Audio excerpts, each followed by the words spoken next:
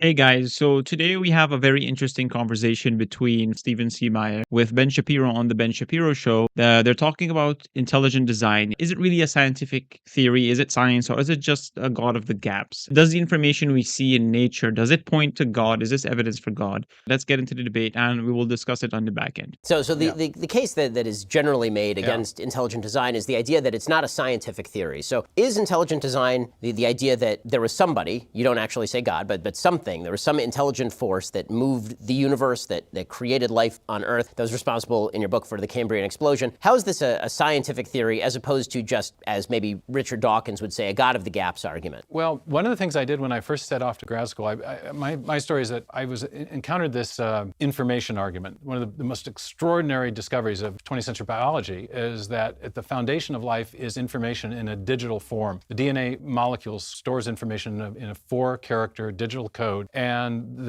this discovery of Watson and Crick in the 50s has over time created an impasse in both chemical evolutionary theory, which are the theories about the origin of the first life, and theories of biological evolution as well, which are theories about how you get new forms of life from pre-existing forms. Because to build anything in biology, you've got to have code, you've got to have information. So I became fascinated with that question and the possibility that the information at the foundation of life was actually an indicator of the activity of mind, of an intelligence. But to determine whether or not that argument could be formulated scientifically, I had to dig in a little deeper into how scientists go about reasoning about these origins questions, about events in the remote past. And oddly, one of the people most helpful to me in that was Charles Darwin himself. Because in the 19th century, he and his mentor, Charles Lyell, the great geologist, developed a method for investigating historical scientific questions. And they had a principle of reasoning they called the vera causa principle, or the idea that if you want to explain an event in the remote past, you should posit an event or a cause which is known to have the powers to produce the effect in question. And as I began to think about that, I realized that it was possible to formulate a case for intelligent design in a strictly scientific manner using the method of Lyell and Darwin. Because as we think about the origin of information, the one thing we know is that it always arises from an intelligent source, whether we're talking about a hieroglyphic inscription or a paragraph in a book or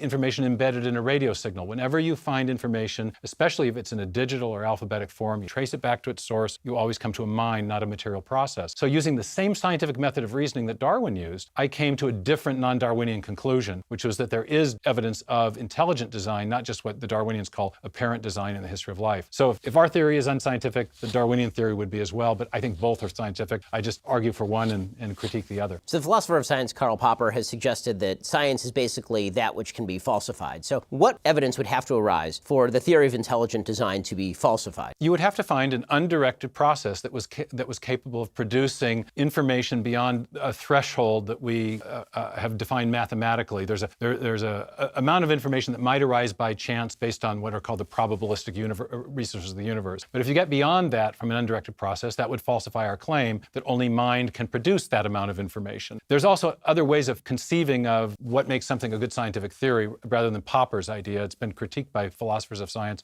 Typically, a more popular view among philosophers of science is that what scientists are really doing is they're making inferences to the best explanation. And that's how I framed the argument in Darwin's Doubt and in Signature in the Cell for intelligent design. A best explanation would be one that posits a cause which is known to produce the effect in question, and in the best of cases where there's only one known such cause, and that's the kind of argument I make for intelligent design, that only intelligence, only mind is capable of generating the amount of information needed for these big jumps in biological complexity in the history of life. So in the history of science and the philosophy of science, there's been this interesting battle between sort of religious folks who believe that religion should stay separate from science and folks who believe that religion and science are intertwined. And that on the one side you have sort of the Thomas Aquinas that God and nature speak in the same language, and on the other side you have the William of Ockham argument that basically God can do whatever he wants, and so what we don't want is a theory of science that can disprove God. And the flip side of that is sort of Stephen Jay Gould's non-overlapping magisteria argument that science handles this stuff and religion handles this stuff and there's no crossover.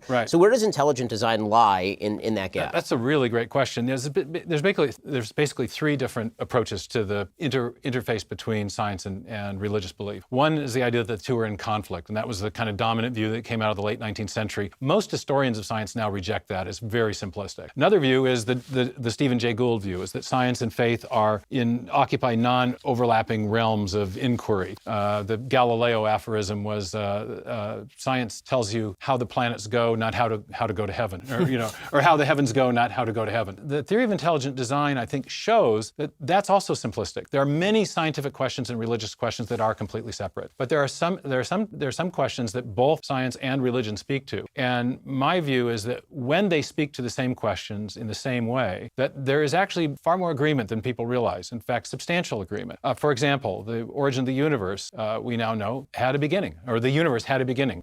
And this is one of the first words of the biblical text, that there was a beginning. So that's a point of agreement about the same issue. Is the universe finite or infinite? Both science and religion are now telling us the same thing, that the universe had a beginning.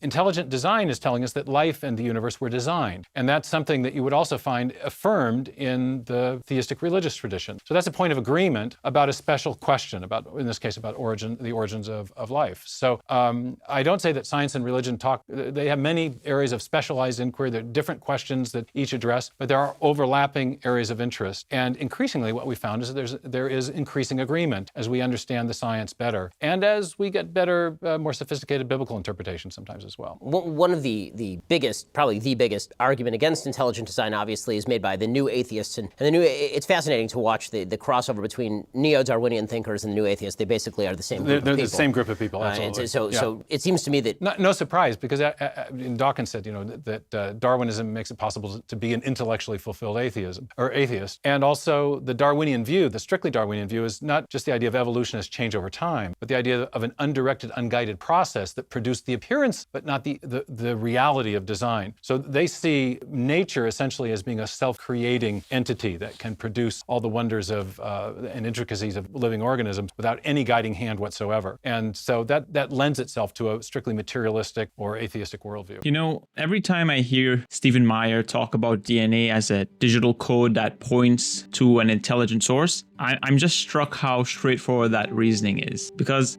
information, wherever we find it, whether it's in a computer program, a video game, a book, or genetic material, it consistently traces back to what? A mind. And this is what's interesting about this. This is a very powerful apologetic argument that it challenges the notion that life could emerge from chance or random processes. But if we're going to be honest here, there's also a spiritual layer to this debate. It's not just a question of logic and data, because for many people, the idea that DNA could be the handiwork of a curator is unsettling, because acknowledging a designer carries implication. If there's a higher power who built us, it means we're accountable to something beyond ourselves.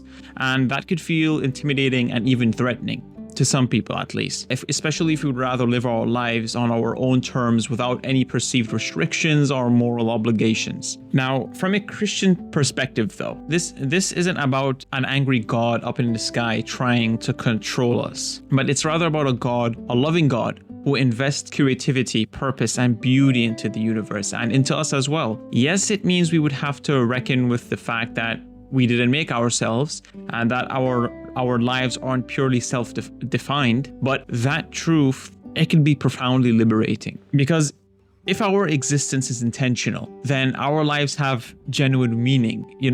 We're not just an accident. Your life has value, purpose, and meaning. And the tension usually comes down to what the Apostle Paul wrote in Romans 1:20, that God's invisible attributes are clearly seen in what he's made, so people are left without excuse. That could feel unsettling, because it's far easier to dismiss the evidence if it means, we could keep our autonomy intact. But as Christians, we believe God doesn't force himself on anyone. He invites us to explore curation, examine the evidence, and discover him through what we observe in nature. So if you're wrestling with the conclusion of intelligent design, maybe you find them compelling but uncomfortable, recognize that this might not be just a head issue, but a heart issue as well.